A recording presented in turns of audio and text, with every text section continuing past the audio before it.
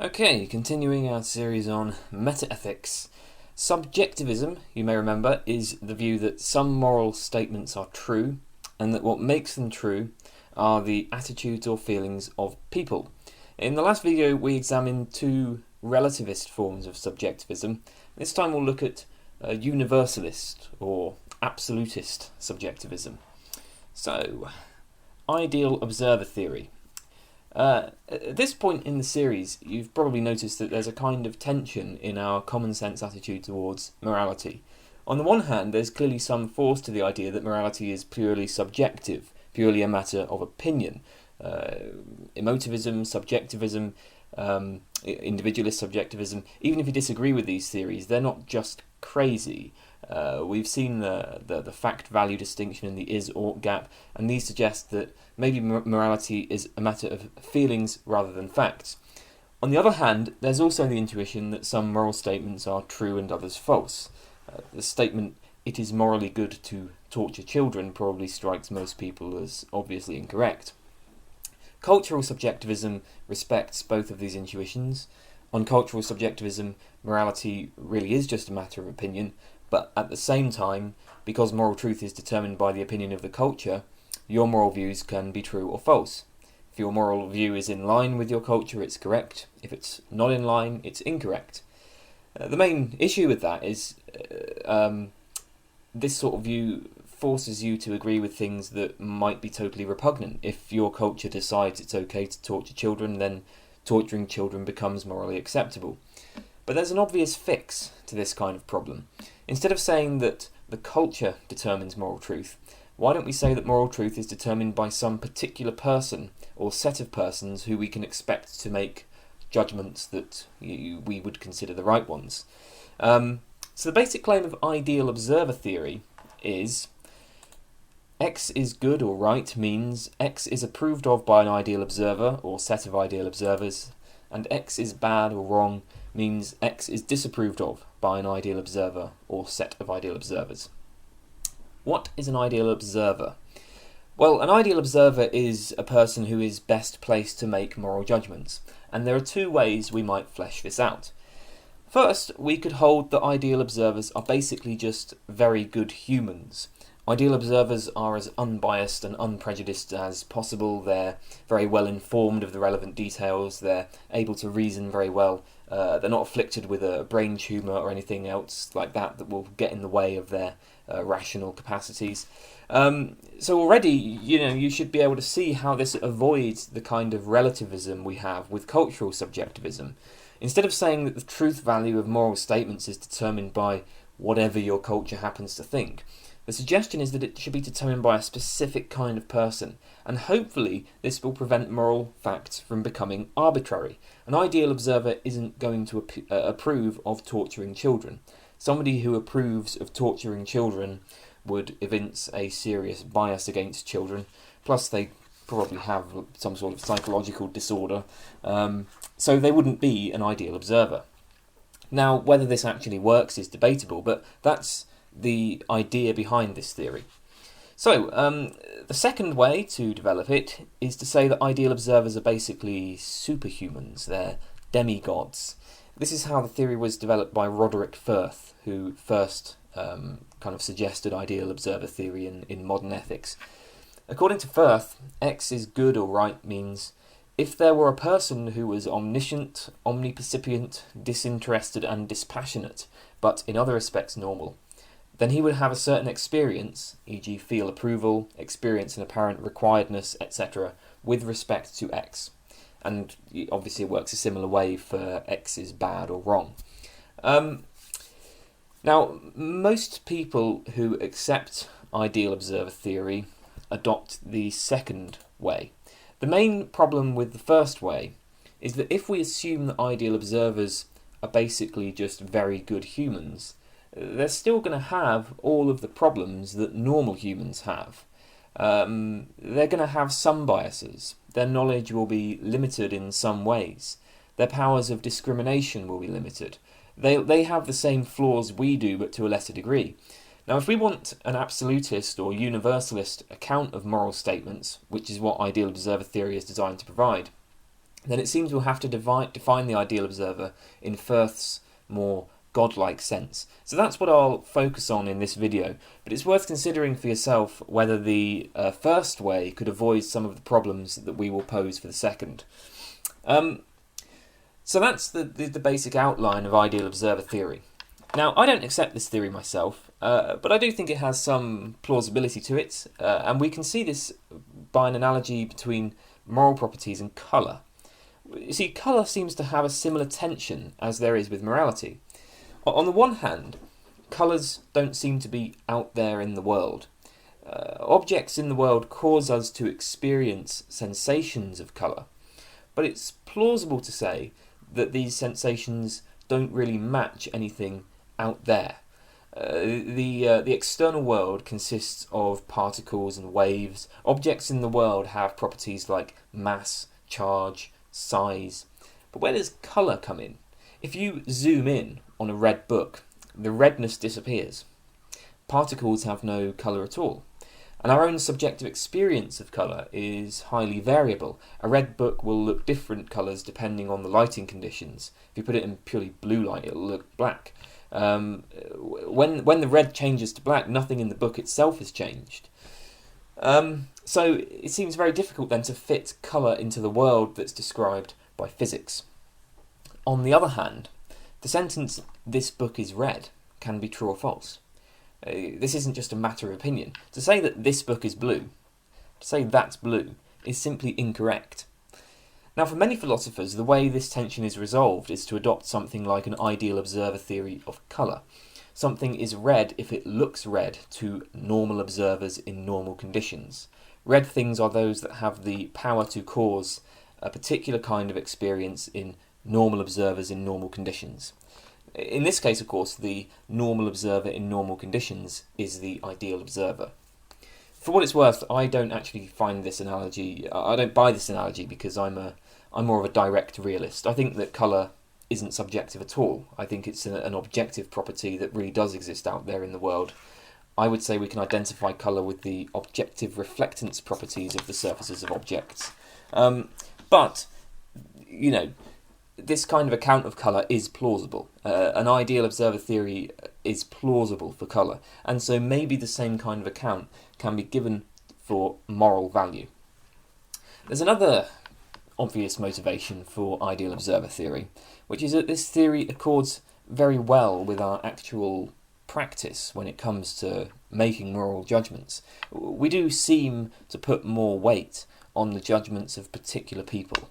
We do think that some people are better informed, more intelligent, less biased, less prone to emotional outbursts than others.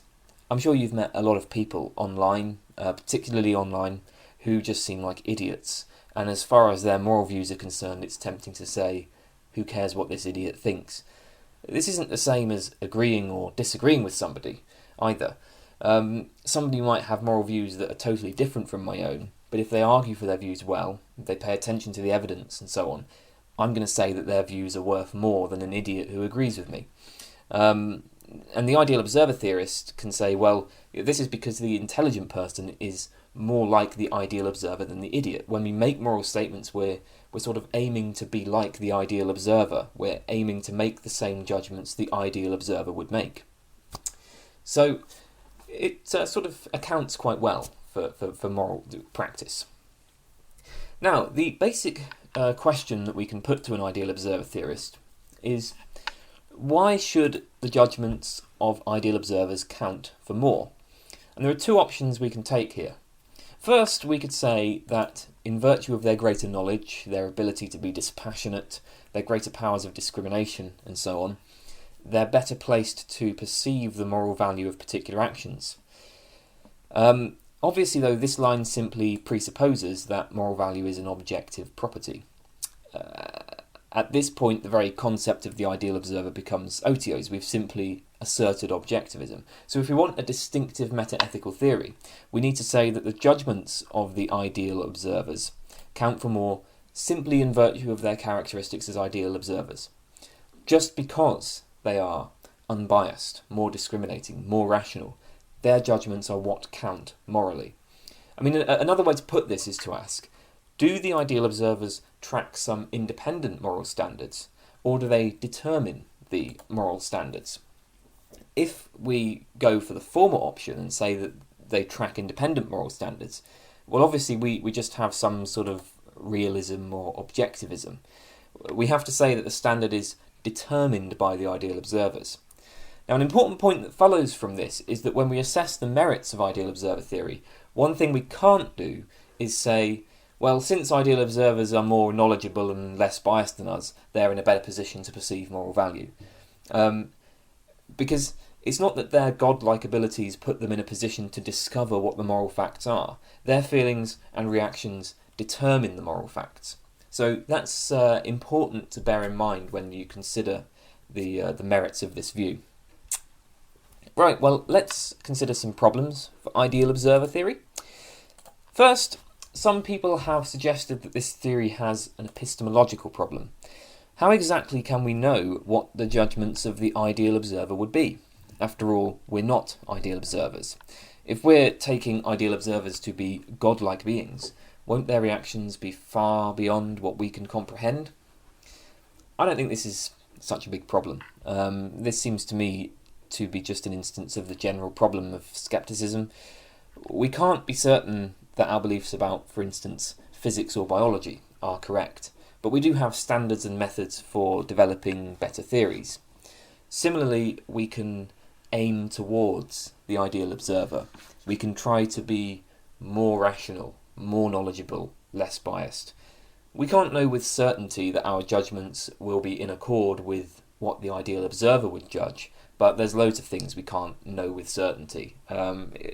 We're just getting into the general sort of threat of philosophical skepticism at this point, and that's a problem for everything, not just ethics. So I think that problem, I don't find that very persuasive as a criticism.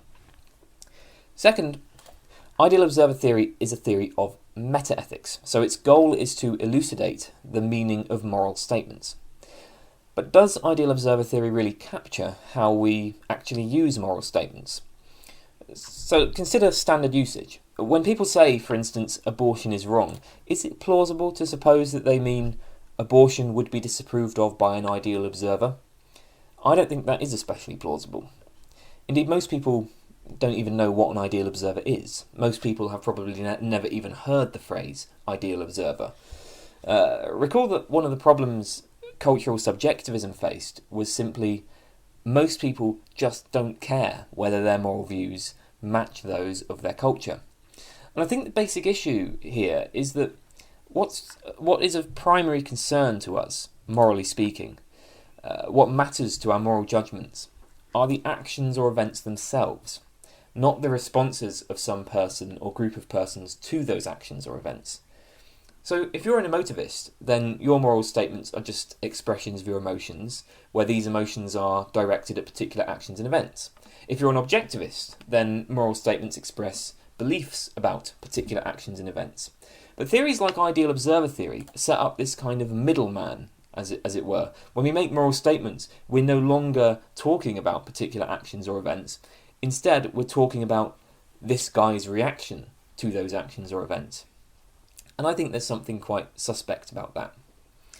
So it seems to me then that we don't really care how the ideal observer feels, but maybe the ideal observer theorist could accept this and simply insist that we should care about this.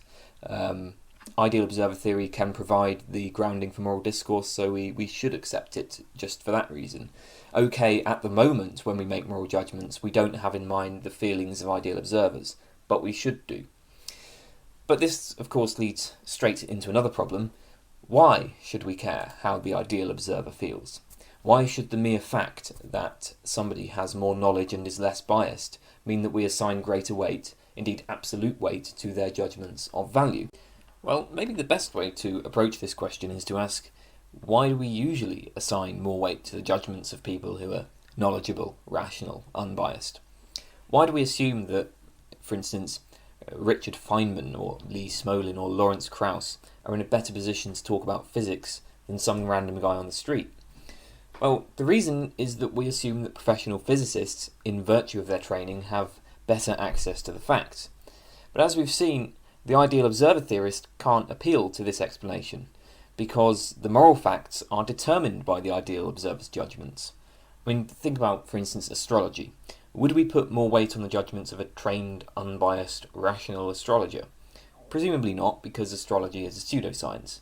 There are no independent astrological facts, so it just doesn't matter what astrologers think, no matter how well trained they are. So, we can cite good reasons for assigning greater weight to the judgments of professional physicists, at least in their judgments about physics. And this is because they have better access to the facts about physics. But why should we assign greater weight to the judgments ideal observers make about morality? Anybody who accepts ideal observer theory needs to consider how to deal with this question, because it seems open to me to say, very simply, I don't care how the ideal observer feels. Fourth, ideal observer theory seems well placed to accommodate utilitarian approaches to ethics, but it has problems with others. What if your inclinations are more towards virtue ethics? Can ideal observer theory really accommodate emphasis on traits of character? The ideal observer is a being removed from context, removed from our particular human situation. As Richard Brandt points out, the qualities of omniscience, omnipercipience, impartiality and so on remove all the human characteristics. This is a being that could never experience the sorts of things we experience: surprise, disgust, disappointment, anxieties caused by ignorance. So in the end then, the ideal observer's contribution to ethics seems to be, its judgments seem to be those of a kind of utilitarian calculating machine, which is great for utilitarians, but not so much for others. We don't necessarily want our metaethics to rule out large parts of normative ethics. I mean, maybe some constraints are okay, but to rule out entire traditions like virtue ethics is clearly problematic. I mean, to lay my own cards on the table, I'm more inclined towards virtue ethics. So of course I would say this, but the point is true in general. I'd be very suspicious of any metaethical theory that ruled out utilitarianism. I'm not a utilitarian, but the debate about utilitarianism seems like it should be on the level of normative ethics, not metaethics. You can't rule out utilitarianism by saying, well, that's just not what moral statements mean. I mean, maybe this point seems a bit abstract, so let's take a specific concrete example. One of the essential properties of the ideal observer is impartiality. He's totally impartial, totally unbiased, and it has to be. It has to be this way. He has to be impartial. Obviously, we can't allow the ideal observer to be biased in favour of particular people or particular groups. Otherwise, what reason would any of those groups have for accepting the ideal observer's judgments? But should our moral judgments be impartial? There's a famous thought experiment from Bernard Williams. Imagine you see two people drowning. One of them is a stranger and one of them is your wife. Who should you save? Well, surely the right thing to do here is save your wife. You should give her special consideration. You shouldn't be impartial. I'd actually make this example stronger. We can imagine you have to choose between saving your wife or saving a world-famous cancer researcher. Obviously, saving the cancer researcher will do more good overall. If you're acting impartially, acting without any bias or prejudice, you should save the cancer researcher. But it seems to me that this would be wrong. Again, you should save your wife, assuming you love your wife. I mean, if you hate her, maybe it's okay to let her drown. But the point is, you should give preferential treatments to the people you love. Now, you don't have to agree with my judgment here to see the problem for ideal observer theory. Maybe you're a hardcore utilitarian and you think that actually we should be totally impartial. Fine. But the deeper question is whether we should let our metaethics determine our normative ethics in this kind of way. The fact is that what we should consider the proper degree of impartiality is a serious debate in normative ethics.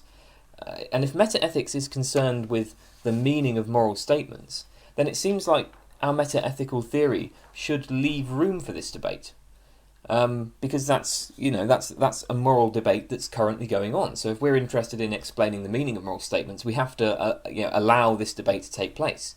It is taking place. That's just a fact. That fact has to be accommodated by our metaethics. And it seems that ideal observer theory doesn't accommodate this, which is rather absurd.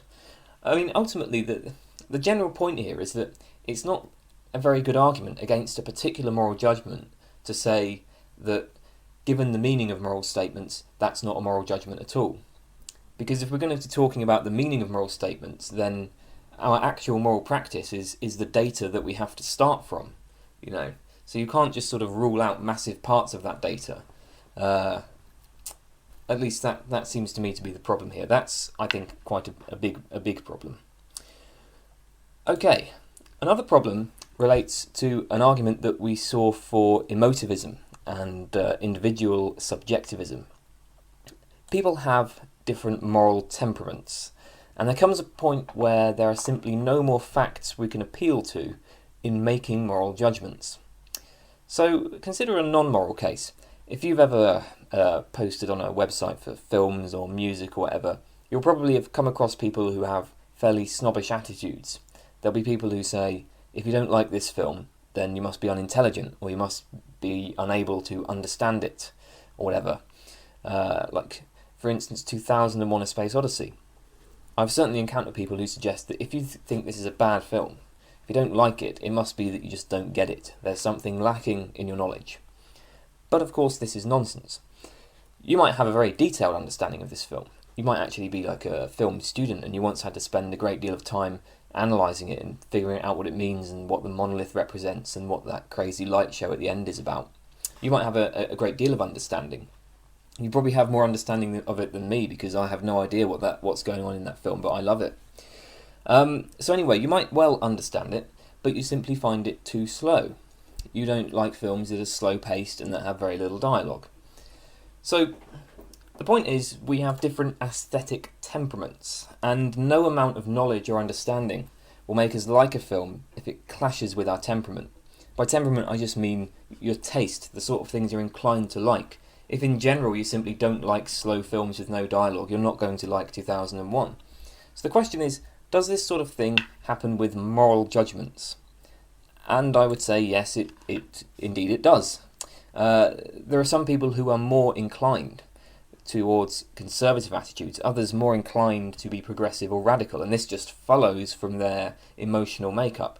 Some people are more heavily influenced by compassion and empathy. Others emphasise the importance of tradition and authority. Others emphasise individualism and self-sufficiency. These emotional inclinations will lead to different moral outlooks. So, the problem is that if ideal observers have different temperaments, they will issue different moral judgments. Since moral rightness is determined by the judgments of the ideal observer, there are no facts we can appeal to adjudicate which temperament is the right one. So ideal observer theory ends up being just underspecified. A whole bunch of moral judgments, in fact probably all moral judgments, will be different depending on what temperament the ideal observer has. And we have no way of saying which temperament is the right one to have. So how do we deal with this? Well, I think there are basically two kind of options available. First of all, we could try saying that the ideal observer can somehow weigh all temperaments equally. He can take all different attitudes and inclinations into consideration. There are some obvious problems with this kind of line, though. First, different temperaments clash. This is precisely why they result in different moral views, because they're different and they clash. It's not obvious that you can just combine them into one, or take them all equally and then somehow arrive at a moral judgment by considering them all equally. Second, there's no limit to the kind of temperaments a person might have. It's possible to have the attitude of approval towards suffering. There are violent sociopaths who are really keen on making other people suffer. Your temperament could be such that you just love it when other people are sad and in pain. Surely we don't want to give the attitudes like that any weight. But if the ideal observer gives equal consideration to all temperaments, we can't rule them out. We can't just stipulate that we're not going to include those temperaments, because that would either just be arbitrary, or we would be assuming a prior moral judgment. We'd be saying, those temperaments are wrong, so we're not going to include them. But of course, if we're defining wrongness in terms of the ideal observer, we can't appeal to wrongness. So it looks like it would just be arbitrary to rule them out. But we don't want to include them. So there's a problem. Finally, how is the ideal observer to go about weighing all temperaments and arriving at a judgment? I mean, surely he's going to have to appeal to his own temperament in doing the weighing and in coming to a judgment based on them. So I think there are a whole bunch of issues with taking this approach. Another, maybe more plausible approach would be to say that the ideal observer simply has no temperament. After all, the ideal observer is supposed to be this godlike being, totally dispassionate, unprejudiced, unbiased. So, plausibly then, he is by definition somebody who doesn't have any particular temperament. The problem with this line is that if you don't have any temperament whatsoever, it's not obvious that you can have any moral views at all. For humans, at least, the emotional and affective processes play an essential and central role in moral judgments. It's an open question whether it's psychologically possible for any being to make a moral judgment without emotional input. One of the primary models of moral reasoning is what's known as the dual process theory, which has been defended most forcefully by Joshua Green. Now, on dual process theory, there are essentially two processes that we employ when we make moral judgments. One is a rational cognitive process, which involves weighing up the consequences, and this tends to lead to utilitarian judgments. The other is more emotional or affective and leads to deontological or virtue ethical judgments. So to illustrate this, I assume you're familiar with the trolley problem. Imagine you see a trolley racing out of control down some tracks about to kill a group of 5 men. You can flick a switch to divert the trolley onto another track where it will only kill 1 man. What should you do? Well, most people say you should divert the trolley. Killing 1 is better than killing 5. Simple. Now imagine this case. You see a trolley veering down the tracks about to kill 5 men. You're on a bridge, and in front of you is a very fat man. A man fat enough that he would stop the trolley were he to fall in front of it. So, should you push the fat man, killing him to save the 5? Well, in this case, most people say no, you shouldn't push the fat man. So in this case, you shouldn't kill the 1 to save the 5. Why do we make different judgments here? Well, Joshua Green presented these cases to people in fMRI machines, and he found that in the standard trolley case, where you flick the switch, primarily the rational cognitive parts of the brain are engaged. You're just weighing up the consequences. 1 is less than 5, so kill 1, save 5. But the fat man case triggers emotional, affective reactions. When we imagine physically pushing another person into the path of the trolley, this triggers this kind of immediate gut reaction of disapproval and revulsion, in a way that merely flicking a switch doesn't. Pushing a person is violent and personal. When you flick the switch, on the other hand, the death is kind of distant, it's more detached, so we don't get that emotional reaction. So, in both cases, we perform a calculation. We know it's a matter of killing 1 to save 5. But in the fat man case, we have this negative emotional response that overrides the calculation. The point is this. Okay, in humans, our emotional temperament plays a central role in moral judgments. But it doesn't have to. The ideal observer would employ only the cognitive rational process. So it is possible to make moral judgments without any appeal to one's emotional temperament. The emotional processes that we use are a product of our evolutionary heritage. It's not necessary to moral judgment. Indeed, if anything, it gets in the way of proper moral judgment. It produces biases. It stops us from thinking clearly. But if we put the emphasis on the cognitive process, we can be more like the ideal observer. The ideal observer would have none of those emotional processes. He would appeal only to the cognitive process. Unfortunately, there's a serious problem with this response. Even the rational cognitive process, it involves an essential emotional element. Green's own research with people in the fMRI machines has shown that you never get rid of the emotional affective processes entirely. And this is obvious if you think about it. When we consider thought experiments like the Fat Man case, we have certain shared assumptions. But imagine somebody who wanted to increase suffering and decrease pleasure. He just wanted as many people to die as possible. He likes the idea of suffering and pain and death. Well, evidently, the judgments he makes when engaging the cognitive process would be very different to the judgments we make. The point is, you can never escape your sentiments. You can never completely put temperaments to one side. Ultimately then, the ideal observer is underspecified. Whether or not an observer judges that X is morally wrong cannot be determined merely by their rationality, their knowledge, whether they're partial or impartial, but it depends fundamentally on their temperament. But we can't define the ideal observer as one with a particular temperament, because if we do that, how could the judgments of this ideal observer possibly have any force for those with different temperaments? So this, I think, is probably the most serious problem for ideal observer theory. That's one that you'll need to think about if you are going to adopt it. Okay, that's ideal observer theory. So now I'm going to take a brief look at divine command theory. Many people who believe in God feel that God is somehow necessary for morality, so that we can appeal to God to ground moral value. I'm an atheist, I don't believe in God, so obviously I'm not going to buy anything like this, but this is historically an important view. Some people still hold it, so it's worth exploring.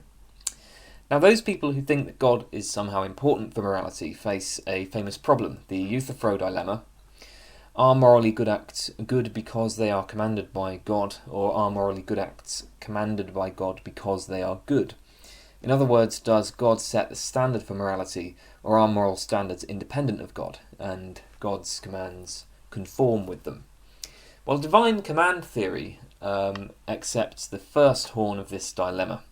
According to divine command theory, God sets the standard for morality. The truth value of moral statements is determined by him, so that if there was no God, there would be no moral value.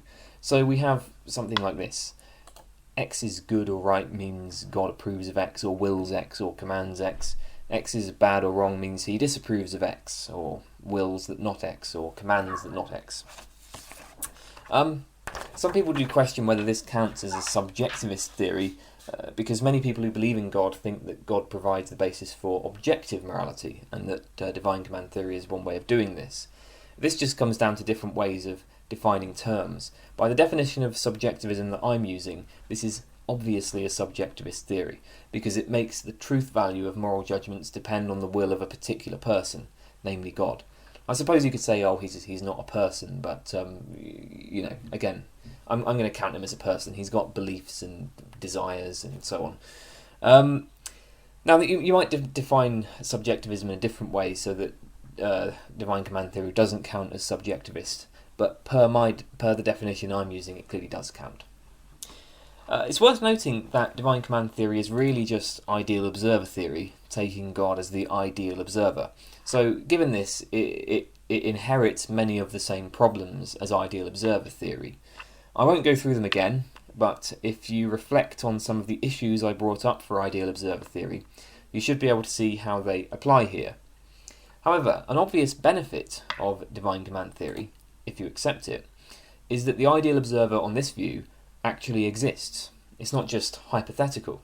So, whereas ideal observer theory faces the worry that the concept of the ideal observer is vague or insufficiently specified, divine command theorists can just point to God and say, oh, he's the one who determines morality, because they make morality depend on the being that actually exists.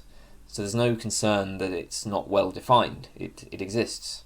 That's what they claim anyway. I actually think that God is is not so well defined. But obviously, if you believe that God exists, then there's a being there. There's a specific existent being. So there's no concern that it wouldn't be well defined or underspecified.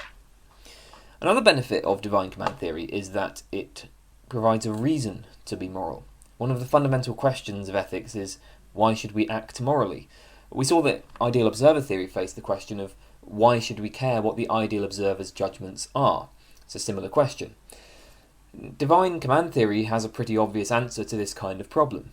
Morality is a matter of God's commands. Those who obey God's commands will be rewarded, those who disobey will be punished. So that's why you should be moral. Of course, one man's virtue is another man's vice. If you're saying that we should be moral in order to avoid punishment, then acting morally just becomes a matter of acting in one's own self-interest. And it's questionable whether that's an adequate basis for morality. Surely the whole point of morality is to take other people into consideration for their own sake. So whether that counts as a benefit or a drawback is open to debate, but I thought it was worth mentioning. Right, one of the major criticisms of divine command theory is the threat of horrible commands. Morality is determined by God's commands, so what if God decides that he wants us to torture children?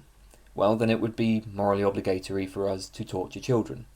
If God had commanded torturing children, then torturing children would be morally obligatory. But the very idea that it's possible that torturing children could be morally obligatory strikes most people as outrageous. So let's make this objection clear in the form of an argument. On divine command theory, if God commands us to torture children, then it will be obligatory to torture children. God could command us to torture children. We could never have an obligation to torture children, so divine command theory is false. Now, incidentally, of course it's possible to construct outlandish scenarios where torturing children might be okay. Say if some evil villain tells you either torture this child or I'll blow up the world.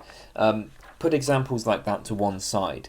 Imagine you're told to take a random child and for no reason whatsoever just start torturing him. I mean, that's clearly morally wrong. It could never be obligatory for us to do that. But on divine command theory, so the objection goes, it can be obligatory for us to do that because God could command us to do it. The primary response here is simply to deny premise 2 and say that given God's nature, God is supposed to be loving and compassionate and so on, he could not command us to torture children. I mean, think about yourself. Could I decide that I want to torture a child? Well, it's logically possible that I decide to do this, but I hope it's not psychologically possible. Unless I'm afflicted by some sort of brain damage, it's just not something I could decide I want to do. I don't want to torture children, and that's not... as long as I'm recognisably me, I don't think it would be psychologically possible for me freely to decide to torture a child. And even if it is psychologically possible for me to do this, I'm a flawed and defective human. God is supposed to be this omnipotent, omniscient, perfect being, so his psychological constitution would be rather stronger than any of ours. And this strikes me as a fairly plausible response. What God can command is constrained by God's nature, as it would be for any of us. Now, of course, there's an immediate worry with this response. Isn't God supposed to be omnipotent? If there are things God can't command, doesn't that entail that there are limits to his power? Well, yes, it does entail that, but omnipotence doesn't mean the power to do just anything at all. Traditionally, almost all philosophers who believe in God have held that omnipotence has limits. There are logical limits, for instance. God can't create a round square.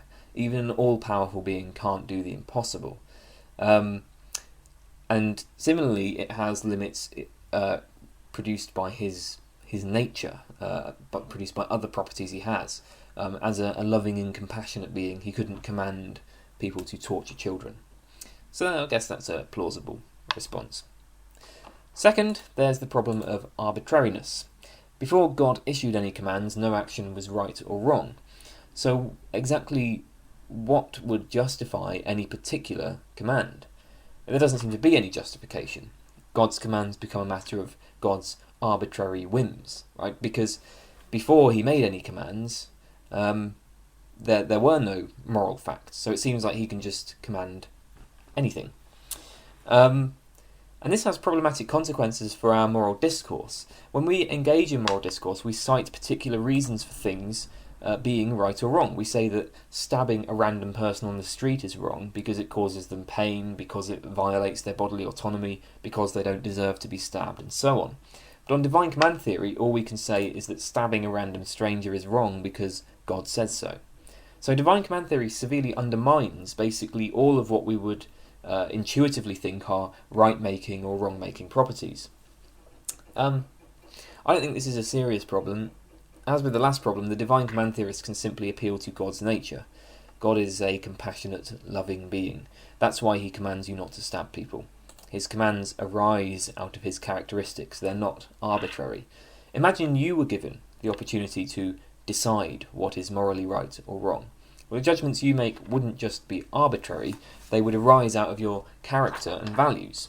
So similarly, with God, why wouldn't his judgments just arise out of his character? That's not the same as being arbitrary. Further, when we explain why a particular action is right or wrong, we don't have to say merely because God says so.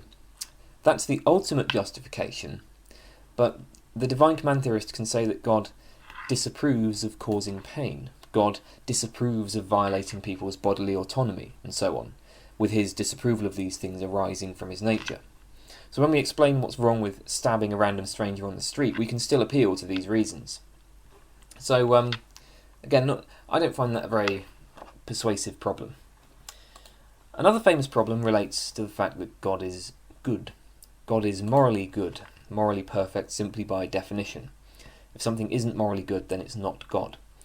Now the trouble is that it's not clear that divine command theory allows us to say God is good. If X is good means X is commanded by God, then God's goodness becomes God does what God commands himself to do. But first, is it even coherent to talk of commanding yourself to do things?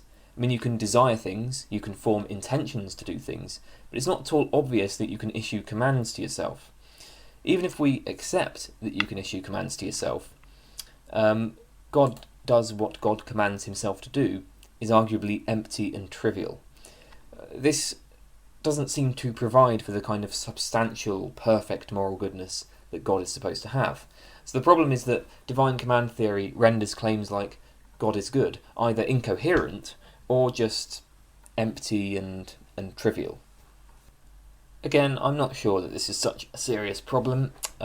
Maybe it's incoherent to imagine God issuing commands to himself, but it's not incoherent to imagine that he acts in accordance with his commands. If I say, do not murder, I'm making a command, and I can act or fail to act in accordance with that command. There's no incoherence there. Similarly, it doesn't seem to me to be empty or trivial. Again, if I say do not murder, I can fail to act in accordance with that.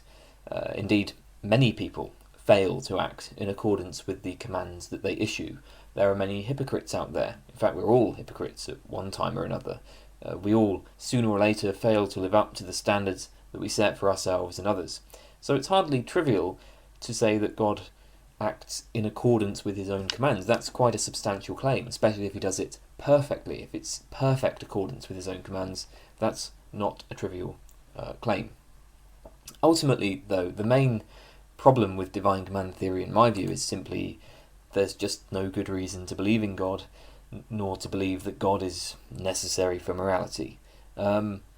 But of course, arguing for that one would be a whole other series on philosophy of religion, which I'm not going to do right now, or possibly ever. So I'll just have to leave that one out there. Anyway, that's about it. I did deal with divine command theory fairly briefly. There's a far greater literature on it than I have suggested here. So sorry if you wanted more detail, but I just don't find this theory very interesting. So, it's my series. I get to decide what goes in. That is subjectivism. We'll be moving on to realisms of various kinds next. But that's it for subjectivism. Thank you very much for watching. I'll see you in the next video. Goodbye.